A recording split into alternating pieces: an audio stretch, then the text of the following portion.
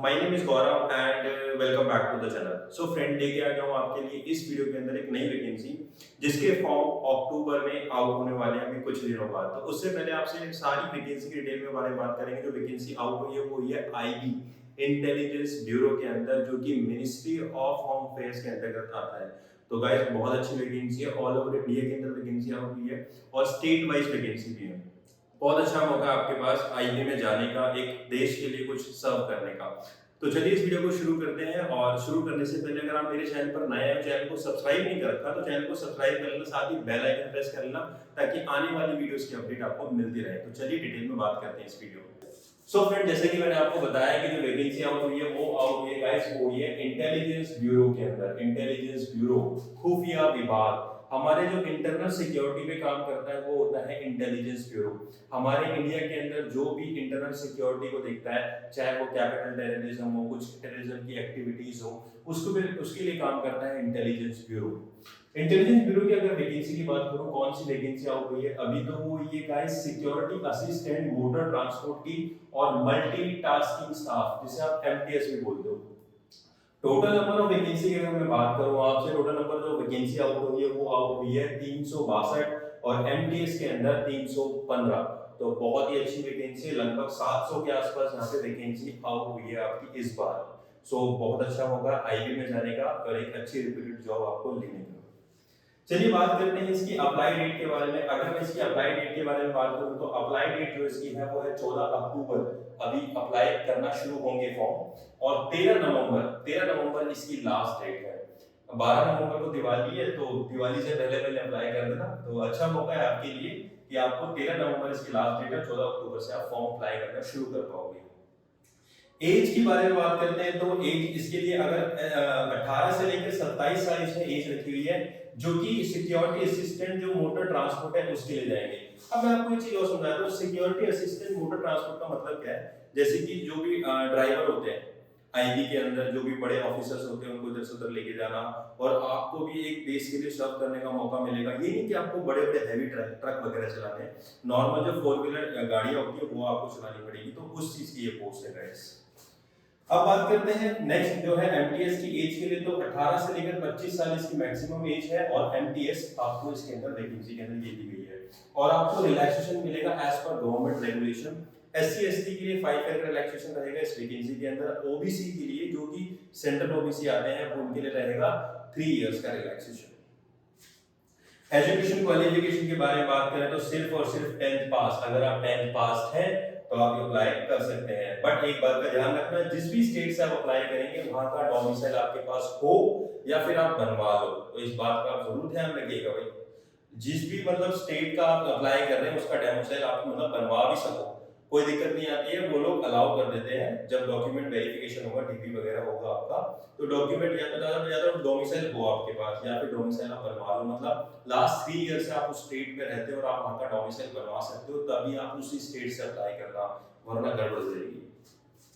और अगर एससी और एमटी के लिए बात करें, मतलब अगर आप सिक्योरिटी असिस्टेंट के लिए जाओगे मोटर ट्रांसपोर्ट के लिए, सो आपके पास एलएमवी का लाइसेंस भी होना चाहिए। इसको बोलते हैं light motor vehicle. Light motor vehicle मतलब 4 व्हीलर ड्राइव। हम कार चलाते हैं, एक बाइक का होता है 2 व्हीलर लाइसेंस, एक होता है 4 व्हीलर लाइसेंस। तो एलएमवी को बोलते हैं 4 व्हीलर लाइसेंस। आपके पास उसका लाइसेंस होना चाहिए, और लाइसेंस के साथ 1 साल का एक्सपीरियंस होना चाहिए। अब इसका मतलब ये नहीं कि आप 1 साल से ड्राइव कर रहे हो, इसका मतलब ये है कि 1 साल पहले का आपका लाइसेंस बना होना चाहिए। करंट का लाइसेंस ना हो, 6 महीने पुराना ना हो, 1 साल पुराना आपके पास लाइसेंस होना चाहिए। और आपको ड्राइविंग टेस्ट भी होगा यहाँ पे टीयर 2 के अंदर, तो ड्राइविंग की प्रैक्टिस करने लग जाना अगर ये एग्जाम आपको क्रैक करना है तो। फी के बारे में बात करते हैं तो फी यहाँ पे रखी गई है 500 रुपए। आपको फी पेमेंट 500 रुपए करनी होगी, जो कि आप ऑनलाइन के थ्रू, यूपीआई के थ्रू, एसबीआई में चालान जमा के भी आप कर सकते हो। अब बात करते हैं सिलेक्शन प्रोसीजर के बारे में, जो कि मेन मुद्दा होता है। इसमें आपके 2 एग्जाम होने वाले हैं बेसिकली, टीयर 1 होने वाला है और टीयर 2 होने वाला है इसके अंदर।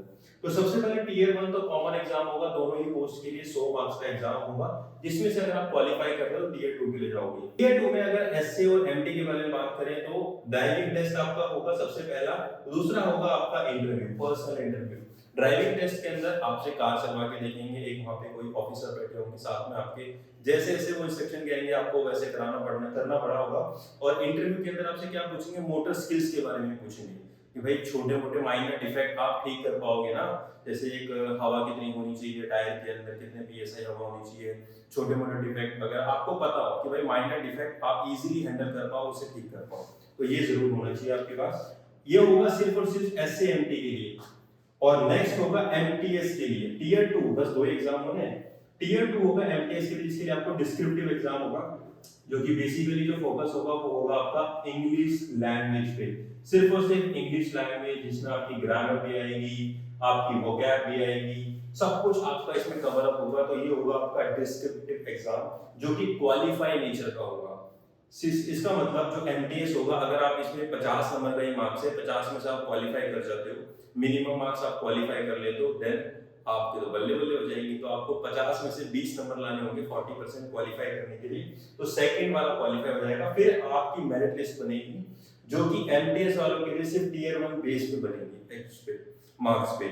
और जो SCMT के लिए जा रहे हैं, टीयर 1 टीयर 2 दोनों मिला के मेरिट लिस्ट बनेगी। तो आपका तो यहाँ पे 150 में से मेरिट बनने वाली है, जो कि SC के लिए जा रहे हैं, बट MTS के लिए सिर्फ 100 नंबर में से मेरिट मिलेगी। टीयर 2 उनके लिए सिर्फ क्वालिफाई नेचर होगा। तो इस चीज का आप ध्यान रखिएगा। अगर कुछ समझ नहीं आ रहा ना गाइस, तो या तो इसकी PDF आप रीड कर लीजिए, मैंने डिस्क्रिप्शन बॉक्स में दे दिया लिंक, या फिर आप मुझे डायरेक्ट इंस्टाग्राम पे कांटेक्ट करके पूछ सकते हैं, या फिर आप कमेंट भी कर सकते हैं इस वीडियो के अंदर। कोई भी डाउट है कमेंट करो। देखो अच्छा होता है कि पूछ ले, शर्माने से तो अच्छा है कि पूछ लो कोई भी डाउट हो, ताकि आपका डाउट क्लियर हो जाए। बाद में गलती हो जाए तो फिर दिक्कत आती है।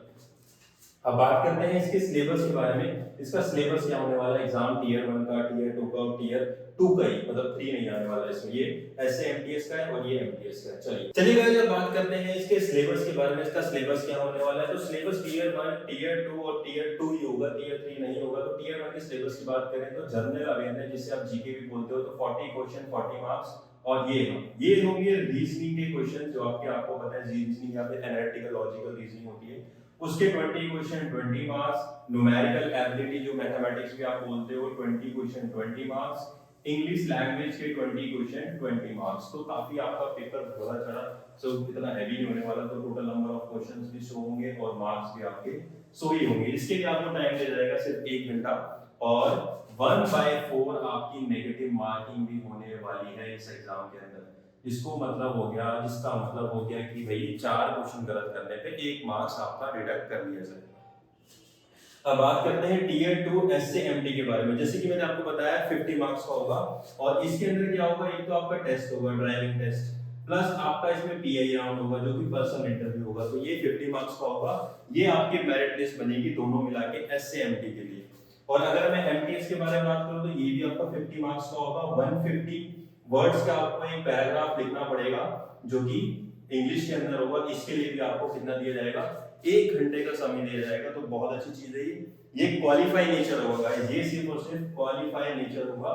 आपको सिर्फ इसको क्वालिफाई करना है। 50 में से आपको सिर्फ और सिर्फ 20 नंबर लेके आने हैं, तो ये आपका क्वालिफाई हो जाएगा। तो काफी अच्छा है ये, तो आप इसे क्वालिफाई करिए। फिर टीयर 1 के बेस पे आपकी मेरिट लिस्ट बनेगी, जो कि होगी MTS की। तो गाइस, ये थी पूरी डिटेल। अगर आपको ये वीडियो अच्छी लगी हो तो लाइक जरूर कीजिएगा। अगर कुछ डाउट रहता है किसी भी पॉइंट के अंदर, कुछ भी पूछना चाहते हैं, तो कमेंट जरूर कीजिएगा। कितनी वैकेंसी है, क्या है, अप्लाई डेट करना है इसकी 14 अक्टूबर है, तो काफी टाइम है। मैं एक बार और अपडेट कर दूंगा आपके लिए वीडियो बना के।